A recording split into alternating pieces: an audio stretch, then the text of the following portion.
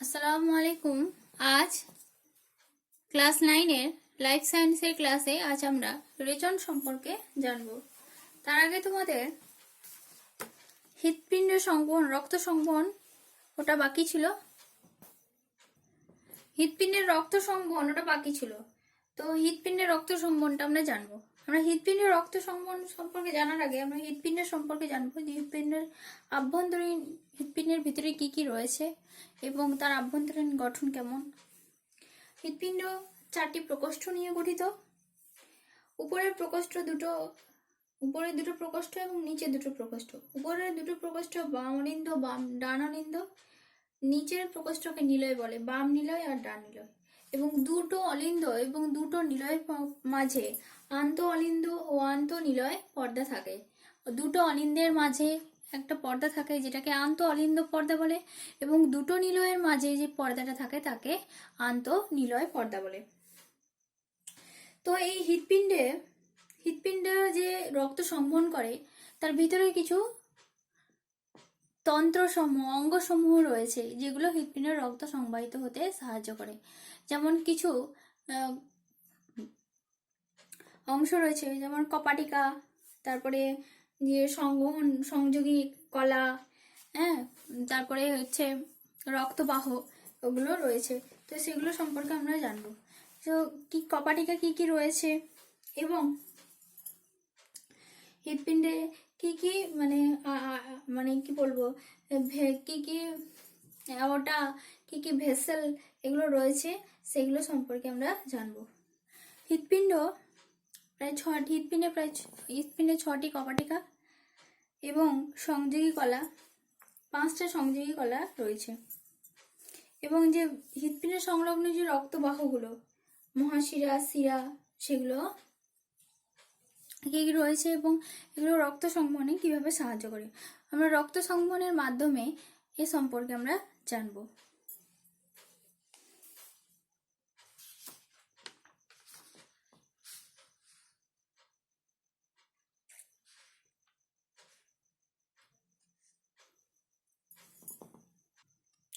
দেখো, তোমাদের একটা শব্দচিত্রের মাধ্যমে আমি একটা শব্দচিত্র অঙ্কন করেছি। সেই শব্দচিত্রের মাধ্যমে আমি রক্ত সংবহন পদ্ধতি আলোচনা করব। দেখো, প্রথমে CO2 যুক্ত রক্ত, সারা শরীর থেকে CO2 যুক্ত রক্ত ঊর্ধ্ব মহাশিরা ও নিম্ন মহাশিরার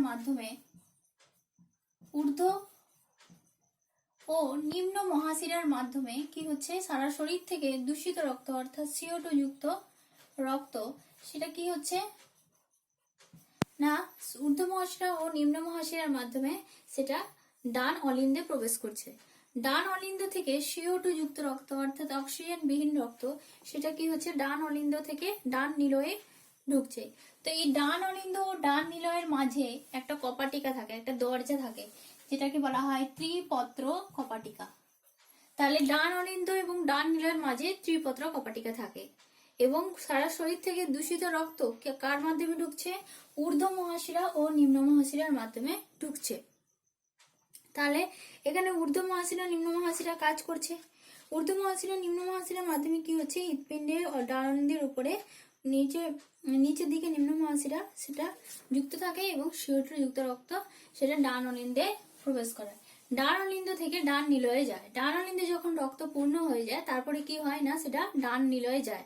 এবং ডান অলিন্দ ও ডান নিলয়ের মাঝে যে কপাটিকা থাকে তাকে ত্রিপত্র কপাটিকা বলে। তারপরে কি হচ্ছে না, ডান নিলয় থেকে CO2 যুক্ত রক্ত সেটা কি হচ্ছে না, CO2 যুক্ত রক্ত সেটা ফুসফুসীয় ধমনির মাধ্যমে,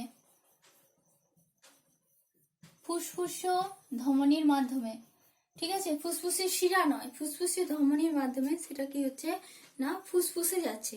তো ডান নিলয় ফুসফুসীয় ধমনি এবং ফুসফুসীয় ধমনির মাঝে যে কপাটিকা থাকে, ডান নিলয় ও ফুসফুসীয় ধমনির মাঝে যে কপাটিকা থাকে তাকে কি বলা হয়, পালমোনারি কপাটিকা। এখানে কি থাকে না, পালমোনারি কপাটিকা। তাহলে এই পালমোনারি কপাটিকা কোথায় অবস্থান করে না, ডান নিলয় ও ফুসফুসীয় ধমনির সংযোগস্থলে অবস্থান করে। তোমাদের শর্ট কোশ্চেন আসতে পারে। এবং এই কপাটিকার কাজ কি না, ডান নিলয় থেকে রক্ত ফুসফুসে যেতে সাহায্য করে, কিন্তু ফুসফুস থেকে রক্ত ডান নিলয়ে আসতে বিপরীত পথে আসতে বাধা দেয়। তারপরে কি হচ্ছে, এবার ফুসফুসে গেল। ফুসফুসে সেখানে কি হয় না ছাঁকনির কাজ করে। সেখানে কি হচ্ছে, ফুসফুসের যে CO2 আমরা ফুসফুসের CO2 সেটা রক্তের সাথে মিশে রক্তটা পিউরিফাইড হচ্ছে এবং সরি O2 রক্তের সাথে মিশতে রক্তটা বিশুদ্ধ হচ্ছে এবং CO2 কি হচ্ছে না সেটা আমাদের নিঃশ্বাসের মাধ্যমে দেহের বাইরে বেরিয়ে যাচ্ছে। এবার O2 যুক্ত রক্ত এবং অর্থাৎ বিশুদ্ধ রক্ত ফুসফুস থেকে কি হচ্ছে না ফুসফুসীয় শিরার মাধ্যমে ফুসফুসীয় শিরা মাধ্যমে কি হচ্ছে না বাম অলিন্দে আসছে। তার মানে কি এখানে ফুসফুসীয় ধমনী দূষিত রক্ত বহন করে এবং ফুসফুসের শিরা বিশুদ্ধ রক্ত বহন করে, কিন্তু সাধারণত শিরার মাধ্যমে দূষিত রক্ত সংবাহিত হয় এবং ধমনীর মাধ্যমে বিশুদ্ধ রক্ত সংবাহিত হয়। কিন্তু এখানে একটু ব্যতিক্রম, ফুসফুস ধমনীর মাধ্যমে দূষিত রক্ত এবং ফুসফুস শিরার মাধ্যমে বিশুদ্ধ রক্ত সংবাহিত হয়। তো ফুসফুস এবং বাম অলিন্দ ফুসফুস শিরার মাধ্যমে রক্ত চলে আসে। ফুসফুসের শিরার মাধ্যমে রক্ত কি হচ্ছে না বাম অলিন্দে চলে আসে এবং বাম অলিন্দে যখন রক্ত পূর্ণ হয়ে যাচ্ছে তখন কি হচ্ছে না বাম অলিন্দ থেকে সেটা বাম নিলয়ে চলে যাচ্ছে এবং বাম নিলয় থেকে কি হচ্ছে না সারা শরীরে মহাধমনীর মাধ্যমে সারা শরীরে ছড়িয়ে পড়ছে। এই বাম অলিন্দ এবং বাম নিলয়ের মাঝে একটা দরজা থাকে, কপাটিকা থাকে, যেটার নাম হচ্ছে দ্বিপত্র কপাটিকা। তারপর হচ্ছে বাম অলিন্দ থেকে তারপরে মহাধমনীতে যাচ্ছে, বাম নিলয় থেকে মহাধমনীতে বেরিয়ে যাচ্ছে। তো বাম নিলয় ও মহাধমনীর মাঝেও একটা কপাটিকা থাকে। বাম নিলয় ও মহাধমনীর মাঝে যে কপাটিকা থাকে তাকে বলা হয় কি অ্যাওর্টিক কপাটিকা। এই বাম নিলয় ও মহাধমনীর মাঝে যে কপাটিকা থাকে তাকে অ্যাওর্টিক কপাটিকা বলে। এবং নিম্ন মহাশিরা ঊর্ধ্ব মহাশিরা দিয়ে সারা শরীরে যে দূষিত রক্ত ডান অলিন্দে প্রবেশ করছে সেখানেও একটা কপাটিকা থাকে, এখানেও একটা কপাটিকা থাকে। এই কপাটিকার নাম হচ্ছে কি ইউস্টেচিয়ান কপাটিকা। আর একটা মস্তিষ্ক থেকে করোনারি সাইনাস ও ডান অলিন্দের সংযোগস্থলে একটা থাকে, যেটা কি হয় না যেটাকে বলা হয় থিবেসিয়ান কপাটিকা। তাহলে এখানে 6টা কপাটিকা, দ্বিপত্র কপাটিকা, ত্রিপত্র কপাটিকা, পালমোনারি কপাটিকা, অ্যাওর্টিক কপাটিকা, থিবেসিয়ান কপাটিকা আর ইউস্টেচিয়ান কপাটিকা। এই সমস্ত কপাটিকার কাজ হচ্ছে রক্তকে সোজা দিকে অর্থাৎ বিপরীত দিকে আসতে বাধা দেয় এবং মানে অভিমুখে যেতে সাহায্য করে। তারপরে হচ্ছে রক্তের হৃৎপিণ্ডের সংযোগী কলা। হৃৎপিণ্ডের সংযোগী কলাগুলো কি কি? এই সংযোগী কলা, বিশেষ যে সংযোগী কলাগুলো সেগুলো হচ্ছে এসএ নোড, এভি নোড, আন্তঃনোডীয় হিজের বান্ডিল আর পারকিনজি তন্তু। এরা কি করে না হৃৎপিণ্ডের যে ছন্দটাকে সেটাকে ধরে রাখে এবং হৃৎপিণ্ডের প্রবাহটাকে রক্ত প্রবাহটাকে নিয়ন্ত্রণ করে। হৃৎপিণ্ডে যে এসএ নোড যার নাম হচ্ছে সাইনো অ্যাট্রিয়াল নোড, এই এসএ নোড কি করে না এই এসএ নোড হচ্ছে না ডান অলিন্দ ও ঊর্ধ্ব মহাশিরার নিকটে অবস্থান করে। এ কি করে না স্পন্দন, হৃৎপিণ্ডের যে স্পন্দন ধুকপুক যে স্পন্দনটা সেটা কি করে সৃষ্টি করে, তৈরি করে। ওই জন্য এসএ নোডকে বলা হয় হৃৎপিণ্ডের পেসমেকার বলা হয়। এবং এভি নোড কি করে না ডান অলিন্দ ও আন্ত অলিন্দ পর্দার পিছনে ছিদ্রের নিকট অবস্থান করে। এ কি করে না এও স্পন্দন প্রবাহতে এসি নোডকে সাহায্য করে। স্পন্দন প্রবাহ ঠিকঠাক ছন্দ বজায় রাখতে সাহায্য করে। এবং এসি নোড যখন অকেজ হয়ে যায়, সে তার কাজ হারিয়ে ফেলে, তখন এসি নোডের জায়গায় এভি নোড এসে তার ধারক কাজ হিসেবে মানে জায়গাটা ধারণ করে এবং তার কাজটা করে। ওই জন্য এভি নোডকে বলা হয় কি রিজার্ভ পেসমেকার। তারপর হচ্ছে পারকিনজি তন্তু। আচ্ছা, তারপরে হচ্ছে হিজের বান্ডিল কি করে না এভি নোড থেকে উৎপন্ন হয়ে নিচের দিকে বিস্তৃত থাকে এবং রক্তকে নিচের দিকে যেতে সাহায্য করে। তারপরে পারকিনজি তন্তু, এটা হচ্ছে হিজের বান্ডেল থেকে উৎপন্ন। এই প্যাপিলারি পেশি বিস্তৃত থাকে।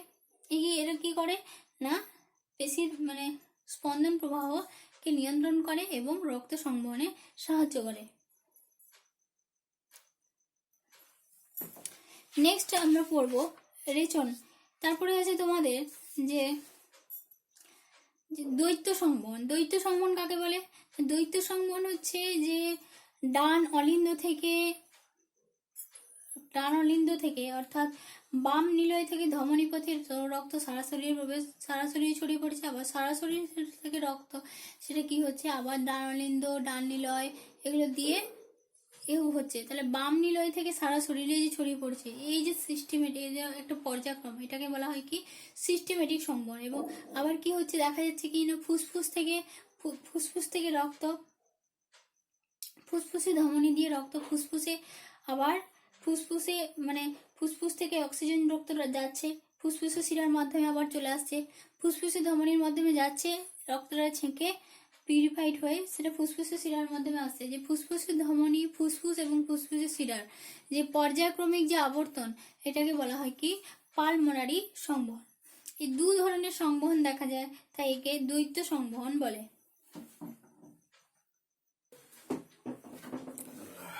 এরপর আমরা পড়ব রেচন। রেচন কি না জীবদেহে প্রত্যেকটা সজীব কোষে যে অবিরাম বিপাক ক্রিয়া চলে, সেই বিপাক ক্রিয়ার ফলে উৎপন্ন অর্থাৎ অপচিতি বিপাকের ফলে উৎপন্ন দেহ কোষে নানা রকম দূষিত পদার্থ, তাকে রেচিত পদার্থ বলে।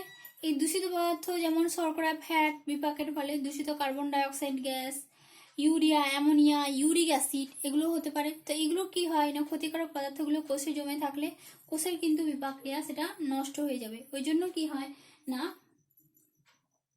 কোষের কে সুস্থ এবং স্বাভাবিক আমাদের দেহকে সুস্থ স্বাভাবিক রাখার জন্য কি হয় না একটা নির্দিষ্ট নিয়মে একটা নির্দিষ্ট সিস্টেমেটিক পর্যায়ে সেটা কি হয় না কোষ থেকে অপসারিত হয়ে যায়। তো যে প্রক্রিয়ায় অপসারিত হয় তাকে বলা হয় কি রেচন। আর যদি সংজ্ঞা হিসেবে বলা হয় তাহলে আমরা কি বলবো, তো যে জৈবনিক প্রক্রিয়া জীবের দেহকোষ থেকে উৎপন্ন বিপাকজাত দূষিত পদার্থ দেহকোষে সাময়িকভাবে সঞ্চিত হয়ে, অর্থাৎ উদ্ভিদের ক্ষেত্রে সেটা সাময়িকভাবে সঞ্চিত হয় এবং প্রাণীদের ক্ষেত্রে কি হয় না একটা নির্দিষ্ট অঙ্গের মাধ্যমে সেটা দেহের বাইরে নির্গত হয়ে যায় এবং জীবদেহ স্বাভাবিক সুস্থ থাকে, তাকে রেচন বলে।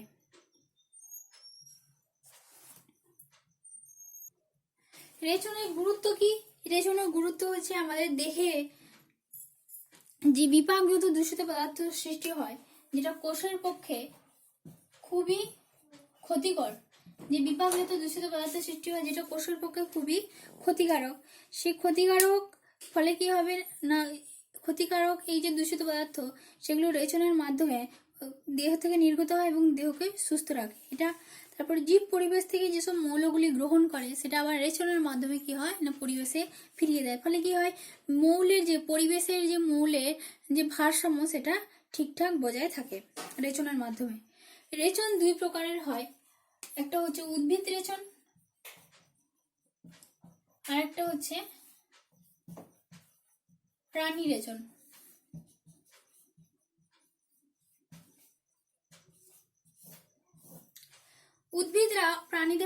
উদ্ভিদের রেচন যে পদ্ধতি এবং প্রাণী রেচন পদ্ধতি দুটো ভিন্ন রকমের। উদ্ভিদ রেচন প্রাণী রেচনের মতো কিন্তু অতটা জটিল নয়। উদ্ভিদ রেচন প্রাণীদের তুলনায় কম জটিল এবং কম ক্ষতিকারক এবং উদ্ভিদের বিপাক ক্রিয়া প্রাণীদের তুলনায় কিন্তু হার কম। এই উদ্ভিদের রেচন পদার্থগুলো বেশিরভাগই কি হয় না কোষে কলয়েড রূপে সঞ্চিত থাকে এবং কারণ কলয়েড রূপে এই জন্য সঞ্চিত থাকে কারণ কি না তাদের নির্দিষ্ট কোনো রেচন অঙ্গ কিন্তু নেই, ওই জন্য তারা ফল, তাদের ছাল, পাতায় এগুলোতে কলয়েড রূপে রেচন পদার্থ সঞ্চয় করে এবং এগুলো মোচনের মাধ্যমে রেচন পদার্থ ত্যাগ করে। তো বেশিরভাগ উদ্ভিদ তার রেচন পদার্থ অপসারণ করতে পারে না, তার রেচন পদার্থগুলোকে বিভিন্ন কেলাস কলয়েড রূপে বিভিন্ন অঙ্গে বিভিন্নভাবে জমিয়ে রাখে এবং কিন্তু উদ্ভিদ প্রধানত কিছু পদ্ধতিতে তাদের রেচন পদার্থগুলো ত্যাগ করে, যেমন পত্রমোচন, বাকলমোচন, ফলমোচন। পত্রমোচন অর্থাৎ পর্ণমোচী উদ্ভিদরা তারা রেচন পদার্থ কি করে না পত্র মোচনের মাধ্যমে ত্যাগ করে, যেমন শিমুল, শিরীষ, আমড়া, অশ্বত্থ ইত্যাদি গাছ একটা বছরের নির্দিষ্ট ঋতুতে তারা কি করে না পত্র মোচন অর্থাৎ পাতা ঝরিয়ে সঞ্চিত পাতায় যে সঞ্চিত রেচন পদার্থ তারা ত্যাগ করে। তারপর হচ্ছে বাকল মোচন। কোনো কোনো উদ্ভিদ যেমন অর্জুন, পেয়ারা এরা কি করে ছাল মোচনের মাধ্যমে তাদের দেহের যে রেচন পদার্থ সেটা ত্যাগ করে। ফল মোচন, কিছু কিছু উদ্ভিদ তার ফলে রেচন পদার্থ জমিয়ে রাখে, যেমন লেবু, তেঁতুল, আপেল ইত্যাদির ফলের ত্বকে জৈব অ্যাসিডগুলো সঞ্চিত থাকে, এগুলো হচ্ছে বিপাকীয় রেচন পদার্থ। তো এই রেচন পদার্থ ফল মোচনের মাধ্যমে তারা দেহ থেকে অপসারণ করে। তো উদ্ভিদের দু ধরনের রেচন পদার্থ, একটা হচ্ছে নাইট্রোজেন বিহীন এবং একটা হচ্ছে নাইট্রোজেন যুক্ত। নাইট্রোজেন বিহীন রেচন পদার্থগুলো কি গদ, রোজন, তরুক্ষীর, এবং নাইট্রোজেন যুক্ত রেচন পদার্থগুলো হচ্ছে না কুইনাইন, ডাটুরিন, নিকোটিন, রেসারপিন এগুলো, এবং ট্যানিন হচ্ছে কার্বন ডাই অক্সাইড যুক্ত কার্বন যুক্ত রেচন পদার্থ। তো এবং প্রাণীদের রেচন পদার্থগুলো হচ্ছে urea, ammonia, uric acid, creatinine, ketone body, এগুলো হচ্ছে প্রাণীদের রেচন পদার্থ। তোমাদের যে এই যে তরুক্ষীর, গদ, রজন, ট্যানিন এগুলো উৎস এবং অর্থকরী গুরুত্ব এগুলো আগে আমি তোমাদের বলেছি, আর কিন্তু বলছি না। তো এগুলো কিন্তু তোমরা একটু ভালো করে করবে, 2 নম্বর 3 নম্বরে 2 নম্বর 3 নম্বরে কোশ্চেনে আসতে পারে। তারপর হচ্ছে যে বিভিন্ন প্রাণীদের রেচন অঙ্গ, যেমন হচ্ছে সংকোচনশীল গ্রহবর, অ্যামিবা এককোষী প্রাণীর রেচন অঙ্গ, তারপর ফ্লেম গোস, চ্যাপ্টার কৃমির রেচন অঙ্গ, নেফ্রিডিয়া কেঁচো রেচন অঙ্গ, ম্যালপিজিয়ান নালিকা হচ্ছে পতঙ্গদিন রেচন অঙ্গ, এবং বৃক্ষ হচ্ছে মানুষ সহ বিভিন্ন মেরুদণ্ডী প্রাণীদের রেচন অঙ্গ। আজ আমরা বৃক্ষ সম্পর্কে জানবো, যে বৃক্ষ গঠন সম্পর্কে আমরা জানবো। এবার আমরা মানুষের রেচনতন্ত্র সম্পর্কে জানবো। মানুষের রেচনতন্ত্র কি কি নিয়ে গঠিত? বৃক্ষ, গবিনী, একজোড়া বৃক্ষ, একজোড়া গবিনী, মূত্রাশয় আর মূত্রনালী। বৃক্ষ কোথায় অবস্থান করে? বৃক্ষ হচ্ছে মানুষের প্রধান রেচন অঙ্গ। বৃক্ষ হচ্ছে দুটি উদরের কোটি অঞ্চলে অর্থাৎ মেরুদণ্ডের দুপাশে অবস্থান করে। আর কি বৃক্ষ ওজন হচ্ছে, প্রতিটি বৃক্ষের গড় ওজন হচ্ছে 150 গ্রাম। স্ত্রী লোকেদের ক্ষেত্রে একটু কম, 135 গ্রাম। বৃক্ষের অবতল অংশে খাঁজটিকে বলা হয় হাইলাম। তোমার যে শর্ট কোশ্চেনে আসে যে হাইলাম কি, বা একটা বৃক্ষ কি দ্বারা আবৃত থাকে? বৃক্ষ ক্যাপসুল দ্বারা আবৃত থাকে। বৃক্ষের বাইরের স্তরকে কি বলে? বৃক্ষের বাইরের স্তরকে কর্টেক্স বলে, এবং বৃক্ষের ভিতরের স্তরকে বলা হয় মেডালা। এবং বৃক্ষের যে পেলভিস অঞ্চল কি? পেলভিস অঞ্চল কি? যেখান থেকে যে গবিনীটা বেরোচ্ছে তাকে বলা হয় কি? পেলভিস এরিয়া, পেলভিস অঞ্চল। এর মধ্যে কি হচ্ছে? গবিনীটা উন্মুক্ত থাকছে। তারপরে কি গবিনীর উন্মুক্ত প্রান্তে কি কি থাকে? মেজর ক্যালিক্স আর মাইনর ক্যালিক্স থাকে। তারপর হচ্ছে বৃক্ষের কাজ। বৃক্ষের কাজ কি না? বৃক্ষের কাজ হচ্ছে যে মূত্রের মাধ্যমে সে যে দূষিত পদার্থগুলো দেহের বাইরে বেরিয়ে যায়, এবং যে দেহে যে দূষিত মানে অতিরিক্ত জল সেটা দেহের বাইরে বেরিয়ে আসে। তো এর ফলে কি হয় না, দেহের জলের ভারসাম্য বজায় রাখে, এবং ভেতরে যে নাইট্রোজেন ঘটিত যে বর্জ্য পদার্থ সেগুলো দেহ থেকে বেরিয়ে দেহ সুস্থ এবং স্বাভাবিক থাকে। তারপরে কি হয় না, রক্তের যে উপাদানের পরিমাণ সেগুলো ঠিকঠাকভাবে থাকে, শোষণ পদ্ধতির মাধ্যমে সেটা ঠিকঠাকভাবে থাকে, এবং লবণ এবং আয়নের ভারসাম্য ঠিকঠাকভাবে বজায় থাকে। তারপর হচ্ছে গবিনী কাকে বলে না? বৃক্ষের হাইলাম অঞ্চল থেকে যে দুটো লম্বা নালীর মতো সেটা মূত্রাশয় যে যুক্ত হয় তাকে গবিনী বলে। এই গবিনী ফানেলের মতো হয়। এই ফানেল সন্ধি যেখান থেকে বেরিয়ে আসছে সেটাকে বলা হয় কি? পেলভিস। এই গবিনী কি করে? যে মূত্র, বৃক্ষে যে উৎপন্ন মূত্র সেটা মূত্রাশয়ে নিয়ে আসে, বাহিত করে নিয়ে আসে, এবং মূত্রাশয় সঞ্চিত থাকে। তারপর হচ্ছে মূত্রাশয় হচ্ছে শ্রেণীগহরে যে পেশিময় থলির মতো যে অংশ তাকে মূত্রাশয় বলে। এবং এই মূত্রাশয় ও মূত্রনালী সংযোগস্থলে পেশি থাকে, যেটা কতটা মূত্র দেহের বাইরে থেকে নির্গত হবে সেটা নির্ধারণ করে। এবং অন্তঃস্ফিংটার আর বহিঃস্ফিংটার, ভিতরের যে চক্রাকার পেশি থাকে অন্তঃস্ফিংটার, এবং নিচের দিকে যে ঐচ্ছিক পেশি থাকে তাকে বহিঃস্ফিংটার বলে। তারপর হচ্ছে কি না, এই মূত্রাশয় মূত্র সাময়িকভাবে সঞ্চিত হয়, এবং মূত্র যখন 400 ml থেকে 500 ml সঞ্চিত হয় তখনই আমাদের মূত্র ত্যাগের প্রবল বেগ উপস্থিত হয়, তখন স্ফিংটার পেশি সংকুচিত হয়ে দেহের বাইরে বেরিয়ে আসে। একজন প্রাপ্তবয়স্ক ব্যক্তি সে প্রতিদিন কত লিটার দেহ থেকে মূত্র ত্যাগ করে, কত লিটার গড়ে 1.5 থেকে 2 লিটার মূত্র ত্যাগ করে। তারপর হচ্ছে মূত্রনালী, মূত্রাশয় থেকে যে নির্গত হয় যে নালীর মাধ্যমে, শিশ্নের মাধ্যমে, সেটা হচ্ছে মূত্রনালী। এবং এই মূত্রনালী জনননালীর সাথেও যুক্ত, ওই জন্য ওকে মূত্র জনননালী বলে। পুরুষদের মূত্রনালী এবং জনননালী মাধ্যমেই সেটা মূত্র নির্গত, মূত্র সহ এবং জননের অংশ শুক্রাণু নির্গত হয়, ওই জন্য একে মূত্র জনন নালী বলে। তারপর হচ্ছে বৃক্ষের গঠনগত কার্যগত একক হচ্ছে নেফ্রন। তোমাদের নেফ্রন যে গঠন এবং তার কাজগুলো, সেই কাজগুলো তোমরা ভালো করে করবে, এবং মূত্র সৃষ্টিতে নেফ্রনের ভূমিকা সেটাও তোমরা ভালো করে পড়বে।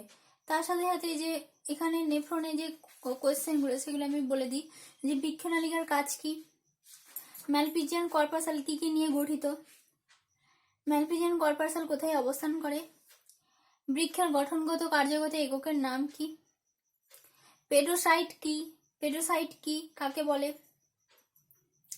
বৃক্ষে যে ভেতরের দিকে স্তরটাকে কি বলে এবং বাইরের দিকে স্তরটাকে কি বলে, ভেতরের দিকে স্তরকে বলা হয় ভিসেরাল স্তর, বাইরের দিকে স্তরকে বলা হয় প্যারাটাল স্তর। তারপরে হচ্ছে কি পরিশ্রাবণ ঝিল্লি, তারপরে পরিশ্রবক চাপ, ম্যালপিজিয়ান কর্পাসালের কাজ,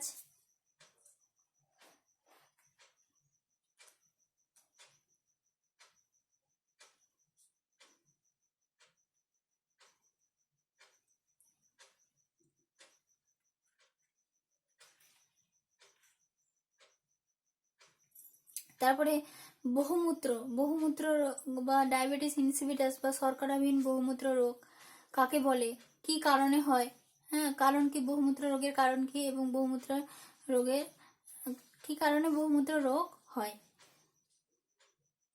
এটা, এবং মানবদেহে অতিরিক্ত রেচন অঙ্গগুলোর নাম কি, এবং এদের দুটো করে কাজ, যকৃতের কাজ, ফুসফুসের কাজ, চর্মের কাজ, এগুলো তোমাদের এখান থেকে আমি কাজ, শুধু তোমরা এখান থেকে কাজ এবং তার একটু খালি বৈশিষ্ট্য সম্পর্কে জানবে।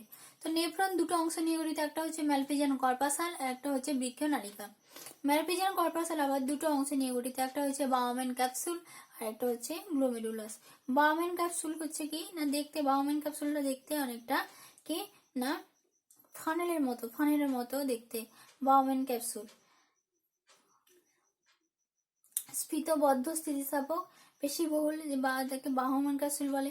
এবং এই যে ভিতরের দিকে স্তর এবং বাইরের দিকে স্তর থাকে, বাইরের দিকে স্তরে কি হয়, কোষগুলি চ্যাপ্টা থাকে, দেখতে অনেকটা অ্যামিবার মতো, এই কোষকে বলা হয় কি পেডোসাইট কোষ। তারপরে হচ্ছে গ্লোমেরুলাস। বাউম্যান ক্যাপসুলের মধ্যে যে রক্তজালক গুচ্ছ থাকে সেই রক্তজালক গুচ্ছকে বলা হয় কি না গ্লোমেরুলাস।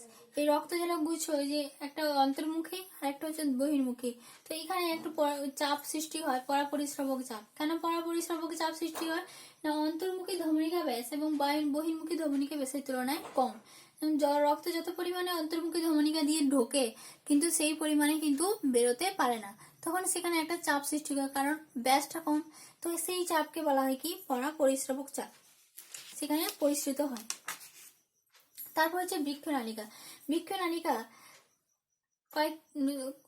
তিনটি অংশ নিয়ে গঠিত, একটা হচ্ছে পরাসংবর্ত নালিকা, একটা হচ্ছে হেনরির লুপ আর একটা হচ্ছে দূরসংবর্ত নালিকা। এবং বৃক্ষনালিকা আর হচ্ছে সংগ্রাহী নালিকা নিয়েও গঠিত। তো বৃক্ষনালিকা পরাসংবর্ত নালিকা যেটা বাউম্যান ক্যাপসুলের কাছাকাছি অবস্থান করে, এবং হেনরির লুপ যেটা ইউ আকৃতির মতো সেটা হচ্ছে হেনরির লুপ, এবং দূরসংবর্ত নালিকা হেনরি লুপের যে পরের অংশটাকে সেটাকে দূরসংবর্ত নালিকা বলে। তো এগুলোর কাজ কি, রক্ত পরিশ্রুত তরলের পুনঃশোষণ ঘটানো ও দূষিত পদার্থের ক্ষরণ ঘটানো।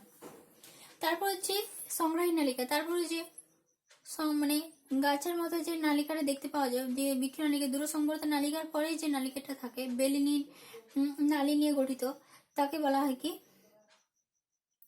বেলিনি নালী গঠন করে থাকে সংগ্রাহী নালিকা। এই দূরসংবর্ত নালিকার শেষ প্রান্তে সংগ্রাহী নালিকা থাকে। এটি ঘনতলাকার কোষ নিয়ে গঠিত এবং এটি কি হয় না, পরস্পর সংগ্রাহী নালিকাগুলো পরস্পরের সাথে যুক্ত হয়ে বেলিনির নালী গঠন করে। এর কাজ হচ্ছে কি পরিশ্রুত পুনঃশোষিত তরল সংগ্রাহী নালিকা গভীরতে সেটাকে প্রেরণ করে, এটা হচ্ছে তার কাজ। তো তোমাদের রেচন সম্পর্কে পড়ানো হলো এতটাই। রেচন পড়িয়ে তারপর হচ্ছে জীববিদ্যা ও মানব কল্যাণ জীববিদ্যা, সেটা যেমন দেওয়া হয়েছে সেইভাবে তোমরা পড়বে, কারণ এটা তোমাদের পড়ানো হয়েছে এবং কোশ্চেনও দিয়ে দেওয়া হয়েছে। আরেকবার তোমাদের নেক্সট দিন আলোচনা করে দেবো। ঠিক আছে।